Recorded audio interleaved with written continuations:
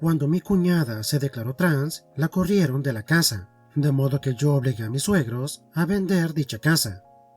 Mi cuñada salió del armario como mujer trans cuando tenía 18 años. Mis suegros maravillosos la corrieron de la casa al instante. Le dijeron que dejara la casa y la echaron a las 8 de la noche, sin dinero ni documentos. Su padre además le quitó las llaves del coche. Caminó 13 kilómetros para llegar con nosotros. Estaba llorando y nosotros la aceptamos.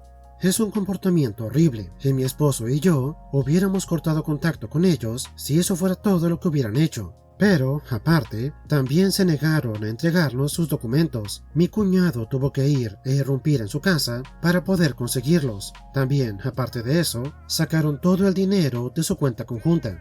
Mi cuñada había ahorrado $8,000 trabajando a medio tiempo durante toda la preparatoria. Se llevaron el dinero y también vendieron su coche, ya que estaba a nombre de ellos. Intentaban arruinar su vida de cualquier forma posible. Ahora, mi suegro es un empresario pequeño y su mayor cuenta era suministrando a la empresa para la que yo trabajo. Yo mismo le había ayudado a conseguir un contrato bastante lucrativo para él. La empresa de mi jefe era una empresa familiar y trataba a sus empleados más antiguos más como una familia que simplemente como empleados. Estuve hablando con mi jefe acerca de lo que había pasado. Él me dijo que se podía encontrar a alguien más dentro del margen del 5% del precio que nos ofrecía mi suegro, él cambiaría de proveedor. Mi suegro nos daba un precio bastante bueno, era muy bueno en su trabajo, pero había echado a perder el contrato, porque aunque siempre le comprábamos a él, no es que estuviéramos obligados, podíamos cambiar de proveedor en cualquier momento, pero él se volvió complaciente y asumió que simplemente no cambiaríamos de proveedor. Me llevó 6 meses de ardua búsqueda encontrar a otro proveedor que lo pudiera reemplazar y conseguirnos tarifas excelentes. Esto no era una de mis tareas principales y tuve que dedicarle más horas de lo normal a encontrar a un maldito proveedor. Pero cuando lo encontré, me esperé un mes antes de informar a mi jefe. Verán, mis suegros tenían bastante tiempo planeando una reforma importante en su casa, la cual involucraba derrumbar gran parte de la misma. Me esperé a que la construcción realmente empezara antes de informar a mi jefe. Al siguiente mes, empezamos a comprar suministros de otro proveedor. Esto arruinó el negocio de mis suegros, echó a perder su economía, y mi suegro tuvo que esforzarse bastante para poder encontrar nuevos clientes. Al final, tuvieron que vender su casa para poder salvar su negocio, y no consiguieron un buen precio, ya que al venderla, la casa aún estaba parcialmente demolida. Mis suegros intentaron conseguir dinero pidiéndole a mi cuñado, pero, por supuesto, este los mandó al diablo. Ahora, mi suegro es un hombre de negocios bastante decente. Logró escapar del agujero que ellos mismos cavaron, pero 8 años después de todo esto, todavía no se han comprado una casa nueva, y también he escuchado que aún siguen resentidos por lo que pasó. Yo solo estaba haciendo mi trabajo, y si solamente lo hubieran corrido, todavía tendrían la misma casa. Pep, incluso aunque no lo hubieran corrido, hiciste lo que era correcto. Tratar a una persona de esa manera, especialmente a un hijo, solamente porque es trans, es algo que no tiene perdón. Aparte, tal vez el motivo por el cual no han comprado otra casa es que posiblemente se dieron cuenta de que al haber corrido a su hija y ahora que sus otros 2 hijos les están dando la espalda, no tenían uso para una casa más grande. Espero que estén contentos con las elecciones que han hecho, porque ya no hay vuelta atrás. El casero se metió con el inquilino equivocado durante demasiado tiempo. Empecemos señalando que yo pasé 2 décadas trabajando en seguridad privada. Durante este tiempo, trabajé en muchos tipos diferentes de seguridad y también en muchos lugares diferentes. El que importa para esta historia fue el tiempo que pasé en el Tribunal de Vivienda de Alquiler de una gran ciudad, como una especie de alguacil de la corte. Para aquellos que no saben qué es, piensan que es como la sala de un tribunal, como los que se ven en televisión, pero con menos formalidad y un árbitro legal en vez de un juez. Funcionalmente, son lo mismo para propietarios e inquilinos, pero definitivamente no son lo mismo. Este lugar se ocupa únicamente para disputas entre propietarios e inquilinos, y es el único lugar donde legalmente se puede hacer. También tienen que tener en cuenta que yo no era un agente de la corte propiamente, y esto no era una corte, pero estos términos describen mejor la situación y la posición en la que yo estaba. Trabajé en este tribunal durante 2 años, apenas había empezado a trabajar en seguridad.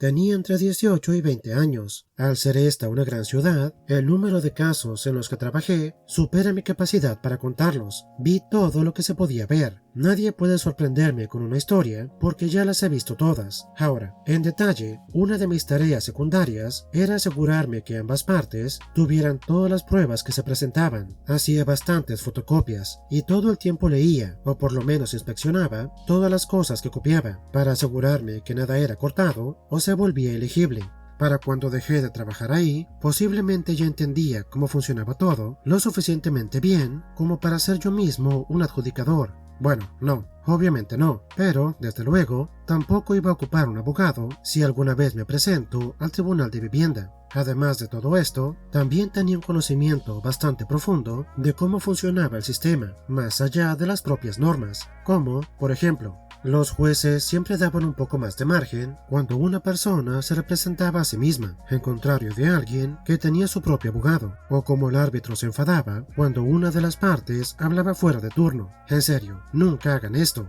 Avancemos casi una década. Ya he dejado la ciudad y ahora vivo en un pueblo bastante grande en la misma provincia, con las mismas leyes de arrendamiento. Vivo con unos cuantos compañeros en una casa adosada de tamaño decente. Nos llevamos bien, pero hay un problema. Solamente yo puedo hacer cheques y nuestros días de pago no coinciden, de modo que el alquiler lo pago yo y normalmente no puedo hacerlo el día primero, porque mis compañeros de casa no suelen pagar todos al mismo tiempo. Avisamos al casero que puede que nos atrasemos por un día o dos, pero siempre, a más tardar, tendremos la paga en el día 3, como máximo. Él no tiene ningún problema con esto. Hablé con él yo mismo. Durante un año, esto funcionó bastante bien. El dueño nunca se quejó, ya que incluso al atrasarnos 1 o 2 días, siempre pagábamos.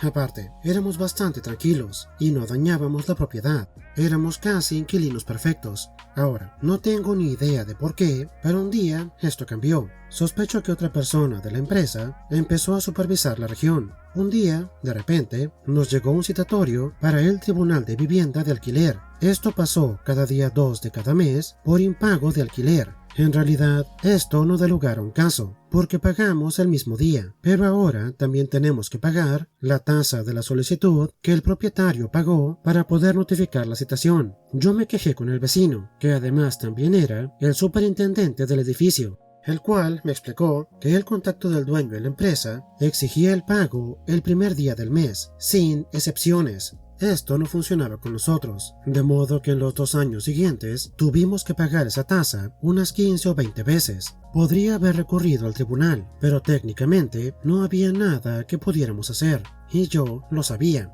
Tal vez si nos hacían ir la cantidad de veces suficiente, podría denunciarlos por acoso, pero no tenía tiempo para eso. Y a mis compañeros de casa les daba igual. Después de repartirnos el costo de la tasa, no era algo tan grave como para cambiar nuestro comportamiento, de modo que simplemente lo aceptamos. Ahora, si este fuera el único problema, no habría mucha historia. Pero, más o menos al mismo tiempo que desapareció el margen para pagar la renta, también lo hizo el mantenimiento obligatorio. No les voy a contar todo lo que se descompuso y nunca fue reparado. Se harán una idea al final. Al final, no aguantamos. Todos trabajábamos demasiadas horas con un sueldo demasiado pequeño como para poder hacer algo al respecto. De modo que nos adaptamos, pero después de 2 años, esto se rompió. En un periodo de 4 meses, todo mundo, menos yo, se mudó por varios motivos. No pienso entrar en detalles sobre mis compañeros, ya que las cosas terminaron por motivos diferentes fuera de esto. No hay motivo para desenterrar nada de eso. Yo había estado ahorrando durante un tiempo y pude dejar mi trabajo sin tener que buscarme otro inmediatamente, así que de repente tenía bastante tiempo libre. No quería quedarme y pagar la renta yo solo, o tener que buscar nuevos compañeros con los cuales poder vivir, y además con mi experiencia en los tribunales, sabía que tenía al casero bien agarrado de las pelotas, de modo que al final fui a por ellos. Dejé de pagar la renta. Irritantemente, el primer mes no me llegó citación, pero sí el segundo, de modo que fui, con un montón de pruebas meticulosamente documentadas de la falta de mantenimiento de la propiedad y además también haber entrado a la propiedad que rentaba sin notificarme formalmente. Tenía una copia para el propietario y otra para el adjudicador. Por experiencia, yo sé que técnicamente se supone que hay que entregarle a la otra parte todas las pruebas antes del tribunal. pero también sabía que el juez daba cierto margen a las personas que se representaban a sí mismas. De tal modo, no le di al propietario las pruebas hasta que llegó nuestro caso. Fue una emboscada al 100%. Ellos alegaron que les había tendido una emboscada, pero el árbitro simplemente se limitó a desestimar el caso, me regañó un poco y me dijo que presentara mi propia demanda, como debía haber hecho en un principio. Esta fue la venganza mezquina. El propietario y su abogado manejaron 3 horas para llegar ahí, todo para nada, peor que nada.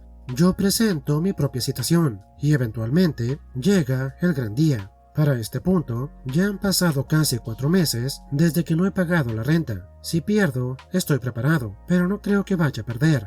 Y todo no pudo haber salido mejor. Aproximadamente, yo tenía unas 20 o 30 páginas de pruebas y unas 20 fotos. Ellos no tenían nada. No tenían ninguna verdadera defensa de por qué el calentador de agua estuvo fuera de servicio por 6 meses, o por qué durante un año no tuvimos nevera, solamente por mencionar 2 faltas graves. Toda su defensa se basaba en que nos habíamos atrasado pagando la renta, pero lo que realmente les afectó fue cuando el árbitro se enteró de cuántas veces habíamos pagado la tasa de la citación y las muchas mentiras para las cuales no tenían ninguna evidencia. Incluso hablaron por encima de mí un par de veces, pero, en mi caso, la única vez que abrí la boca para protestar durante su turno de palabra, me obligué a callarme con cada gramo de fuerza de voluntad que tenía. Únicamente salió un pequeño ruido, y yo vi en los ojos del adjudicador que él me respetaba. En cambio, por el propietario no sentía nada de respeto. Yo había ganado en todos los frentes posibles. La única pregunta que quedaba era cuánto.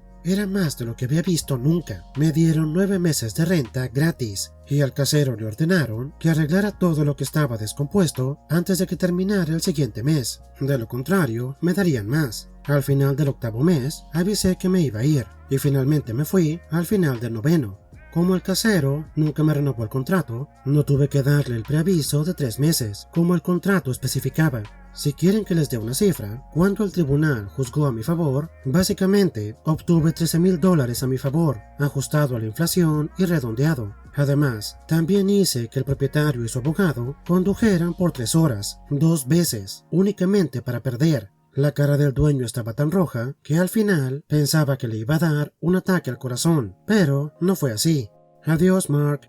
Edit para aclarar algunas cosas basadas en preguntas. Y además también quiero añadir, para todos aquellos buenos dueños ahí fuera, yo te entiendo. Mi tiempo en el tribunal de vivienda de renta me abrió los ojos completamente. Y sé que por cada mal propietario, fácilmente también hay 10 malos inquilinos. Hay un gran debate sobre todo esto, pero solamente voy a decir que simpatizo con los buenos dueños. No estoy intentando pintar a todos los caseros como malos. De todos los que he tenido, este ha sido el único casero que ha sido tan inútil. Soy plenamente consciente de los problemas a los que se enfrentan tanto los buenos propietarios como los buenos inquilinos, y me solidarizo con ambas partes. También, para aclarar, en los comentarios alguien pregunta por qué le correspondía a OP pagar la tasa de la citación cuando, normalmente, eso lo cubre la persona que solicita la citación en primer lugar, y OP explica que no puede hablar por todas las cortes, pero en el Tribunal de Vivienda de Renta, el ganador del caso podía solicitar que el perdedor pagara la tasa. También comenta que en su experiencia no valía la pena intentar pelearlo, a menos que fuera un caso de acoso. Quise incluir esta parte porque a mí también me parecía raro. En fin, Jope, tuviste mucha suerte. Como dice el dicho, la experiencia es algo que se obtiene únicamente después de cuando la ocupas. Pero, en tu caso, gracias a tu antiguo empleo, tenías toda la experiencia necesaria para enfrentarte a un casero tacaño. Y al momento de vengarte, como a todos los tacaños, le diste donde más le duele, en la cartera. $13,000 no logran perder su negocio, pero te apuesto que cada vez que se acuerda, se tiene que sobar por el dolor.